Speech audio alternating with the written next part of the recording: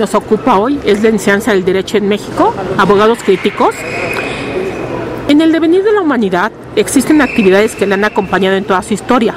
Una de ellas es la educación, conceptualizada, teorizada y entendida de diversas maneras, cuya constante es la formación y la conservación de la cultura, es decir, la manera en que las generaciones venideras se desempeñarán en mundo real y cotidiano. El largo proceso histórico del hombre ha estado acompañado de cambios sociales, humanos y científicos, desarrollando con ello el avance del conocimiento que se inscribe culturalmente en ocasiones tan claro como un axioma o tan confuso como la incertidumbre, lo cual determina los paradigmas en función de los cuales actuamos. Las ciencias sociales y las humanidades se han visto renovadas y en permanente cambio ante la vorágine transformación de la sociedad, cuestionando conceptos claves como humanidad, sociedad, población, grupo, etnia, clase, valor. Ello ha llevado también en lo educativo a un replanteamiento ante un contexto que discrimina, excluye, oprime o bien promueve la desigualdad y la injusticia, y que convencionalmente se ha visto de alguna manera como la reproductora de la sociedad y de los roles históricamente asignados. Este contexto la ha llevado a la vertiginosa necesidad de cambiar sus paradigmas y modelos educativos, tanto en la cual los movimientos sociales han desempeñado un rol trascendente. No más el rol reproductor y tradicional asignado por siglos, tampoco aquel en el cual el profesor se convirtió en un ingeniero conductual. Todo lo contrario, se ha hecho necesario buscar un cambio en donde el profesor deje la educación bancaria y sea capaz de propiciar una nueva relación educador-educando, en el cual ambos sean sujetos activos del proceso de y para propiciar una nueva relación educador-educando, y en la cual ambos fueran sujetos activos del proceso de educación y compartieran la responsabilidad de construir su aprendizaje a través de una educación problematizadora, como lo dijera Paulo Freire. La presente ponencia es producto de las primeras nociones que llevamos trabajando desde el inicio del proyecto, concepciones en la enseñanza del derecho y la formación de la ciudadanía. Esto lo empezamos en el 2013 y pensamos concluirlo en el 2017. Inscrito dentro del programa de investigación Derecho y Sociedad en el Centro de Investigaciones Interdisciplinarias en Ciencias y Humanidades de la Universidad Nacional Autónoma de México. Este proyecto tiene como objetivo principal conocer cómo se ha llevado a cabo la enseñanza del derecho en México para indagar en posibles alternativas para la formación de un abogado diferente y acorde a la realidad de nuestro tiempo.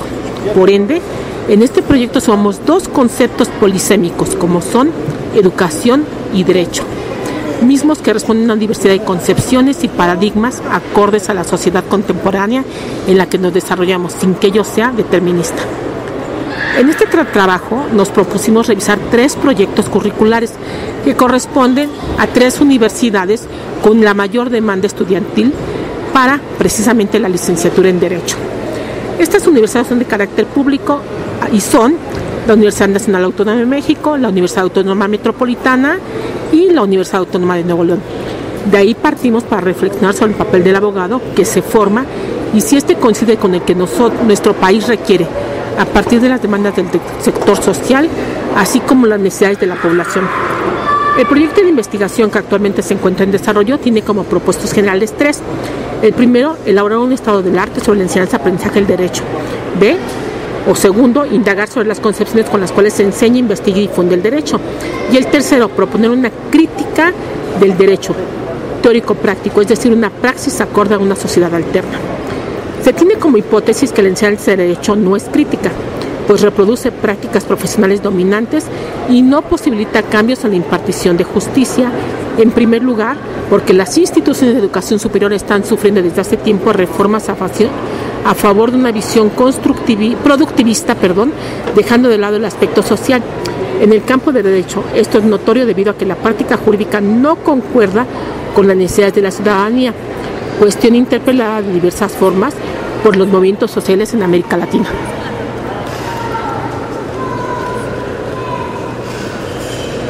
Visiones de la enseñanza del derecho a manera de marco de referencia. Para entrar en materia sería conveniente y necesario plantear una serie de cuestiones que desde la época de Kant ya se veían en torno a la enseñanza del derecho. Pensamos que es importante a partir de la visión de Kant, debido a que él propone una visión crítica en su tiempo cuando pone el sapere aude, atrévete a pensar tu propia razón, y ello se ve reflejado en la crítica que hace a las facultades de la universidad, Derecho, Medicina y Teología. Es pertinente recordar que en México la universidad surge inspirada en el modelo napoleónico, en el cual la organización que predomina es la de escuelas y facultades, privilegiando la enseñanza. Posteriormente se adquiere el modelo alemán, en el cual predomina la investigación y en centros e institutos.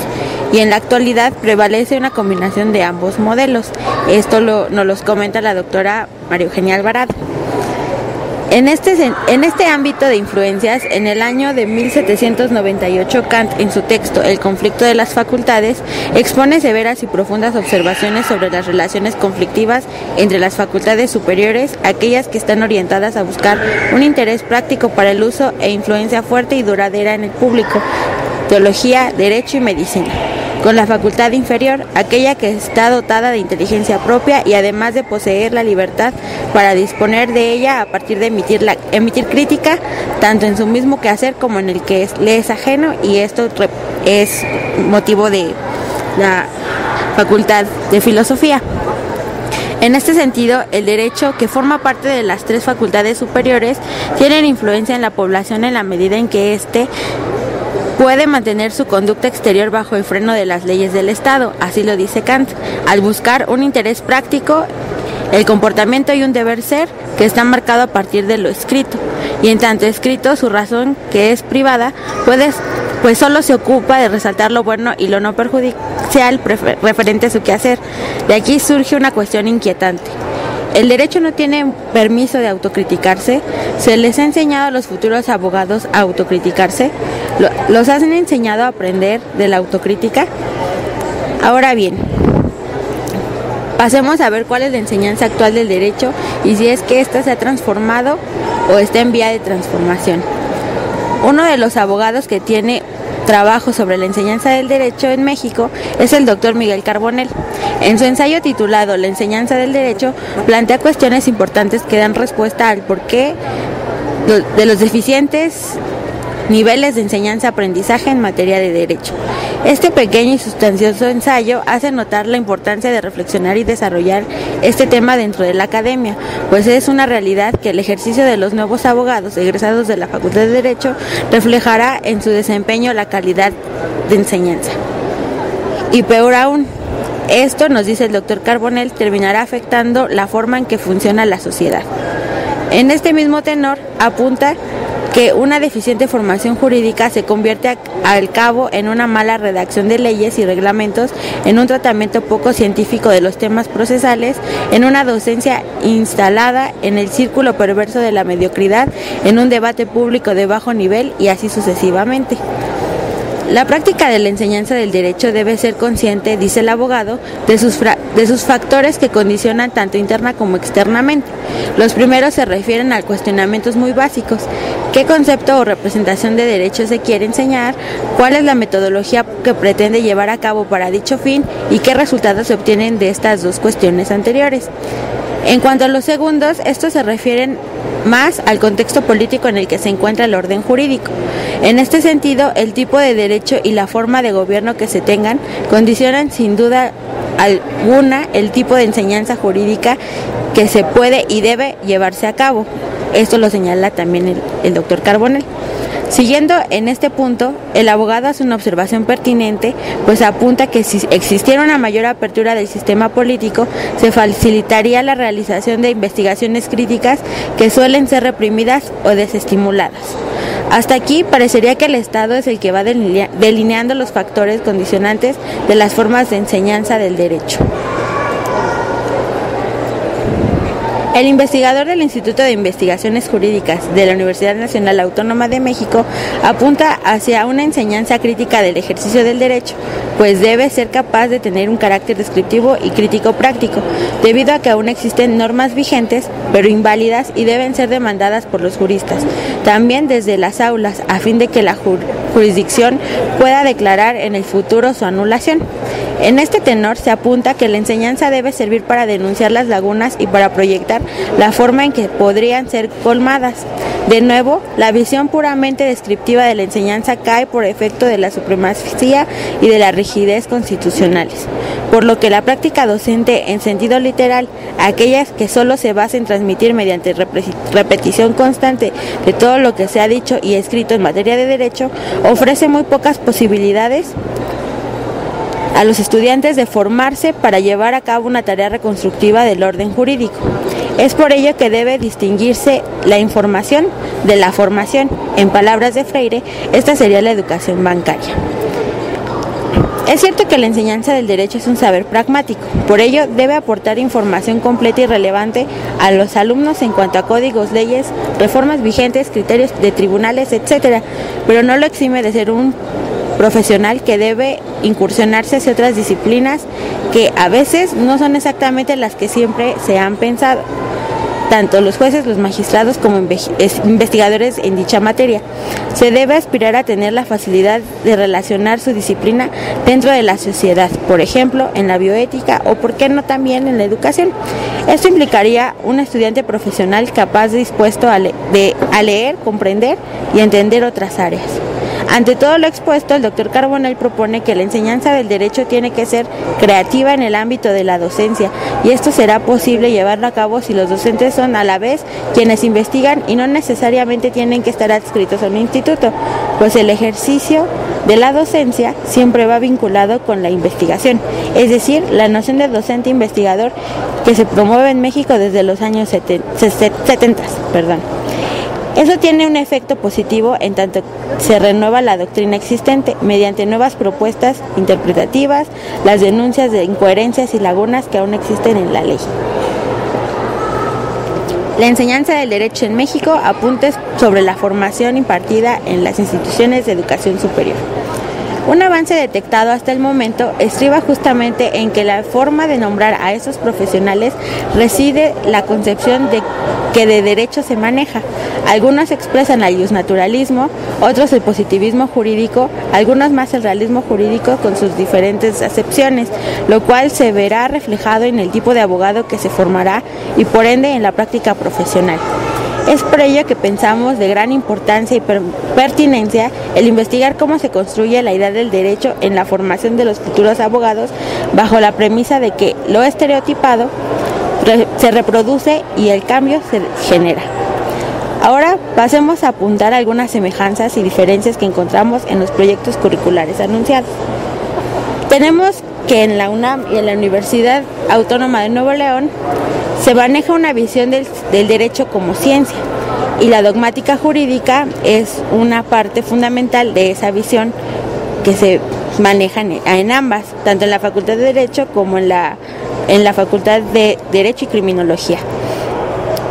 Esto implicaría tener una visión racionalista de lo que implica el derecho, y ello entra en una serie de conflictos que el doctor Correas nos plantea al querer ver a la ciencia jurídica como una ciencia y no como un discurso. El problema de la verdad, de la racionalidad, entre otros. En cuanto a la UAM, podemos decir que el modelo que se maneja tanto de educación en el sentido departamental, que sale de esta idea de educación de escuelas y facultades, es una forma renovadora del sistema educativo y que plantea posibilidades de ver una visión crítica en el derecho.